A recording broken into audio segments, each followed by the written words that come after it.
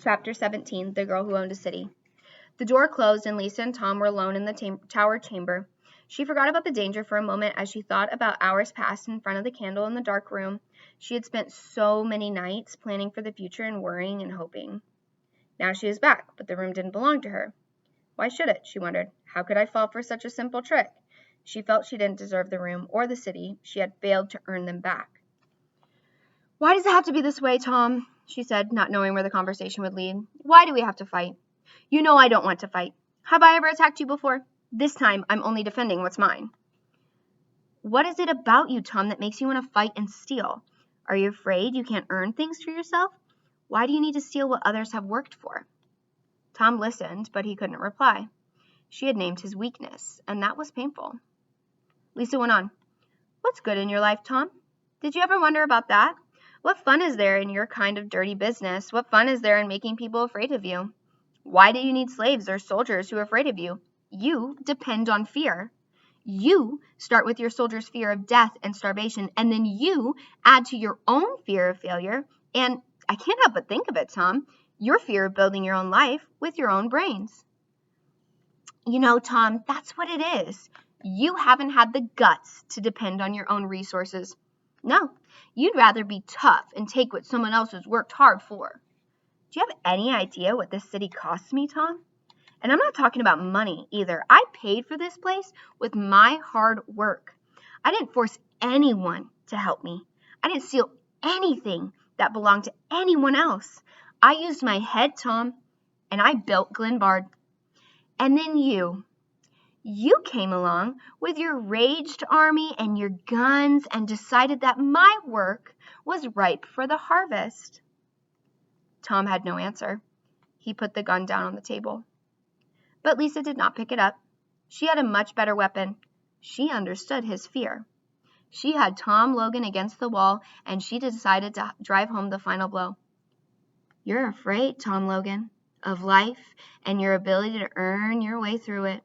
I feel sorry for you because you don't know what real fun is. And thinking of the great king, she wanted to give him the happiness advice, but she knew he wasn't ready for it yet.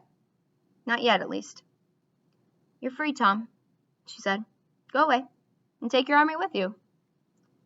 And as he moved to the door, she said, I'd like to be able to like you, Tom. Within minutes, every trace of the Chidester, Elm, and Lennox army was gone from Glenbard forever. Lisa closed the chamber door. The gun was still on the table. Alone, she said. It felt good to be back.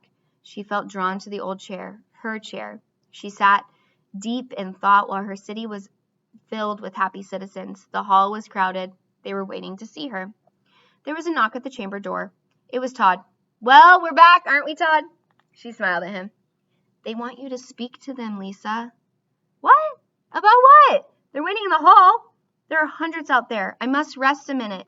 You should go to sleep now, Todd, over there on the couch. I'll tell you a story tomorrow. Will that be all right? You must be awfully tired, she said. You haven't slept in days, have you? I'm tired, too.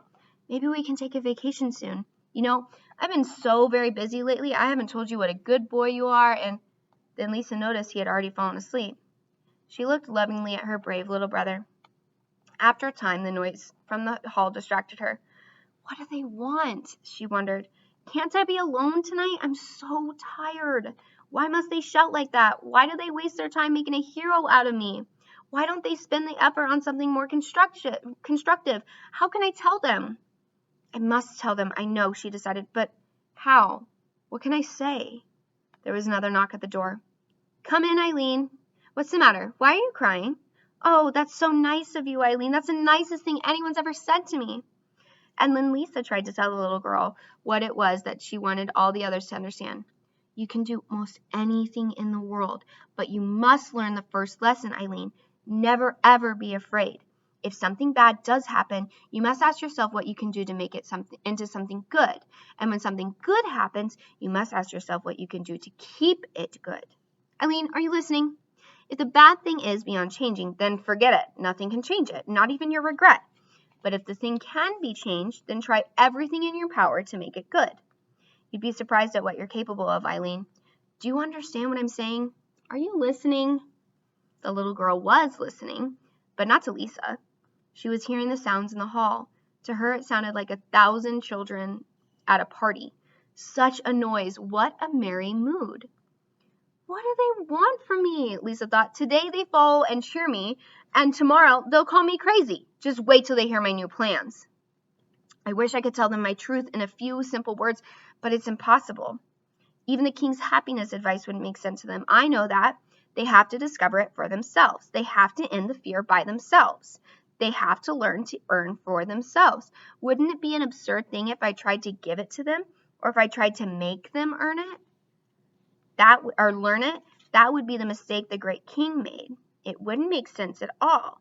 Imagine being forced into goodness or happiness. Eileen nestled on Lisa's lap. You can do it, Eileen. Anything you want to do is possible. You'll find out. Just don't be afraid. Life is real fun. Reality is fun. Lisa wasn't sure when the little girl's dreams began, but she felt her body grow heavy in her arms, and she carried her to the couch. Todd and Eileen slept soundly together. Lisa lit the candle. She smiled and called it her thoughtful candle. Its flame had inspired the plans that she had shaped herself and her city. The shouts from the hall became insistent. We want Lisa! We want Lisa! It sounded as though all the citizens were there, waiting and chanting. She wanted to please them, but she didn't know what to say.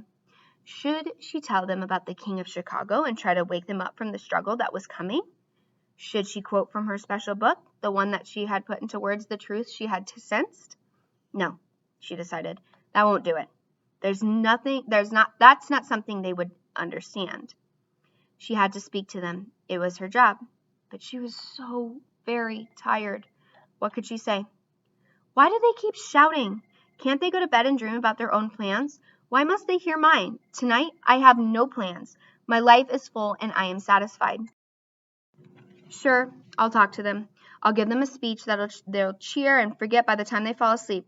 But if they're ever to know what I know, they'll have to discover some of the truth for themselves.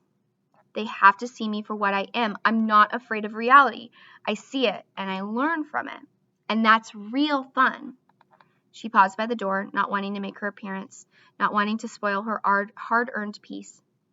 Why couldn't they understand? It was so simple. Why was she so alone? Lisa stood for a long time with her hand on the door latch. She thought, I don't know how, but I'll figure out a way to show 'em. I'll figure something out. And then the girl who owned the city walked through the door into the waiting crowd of children.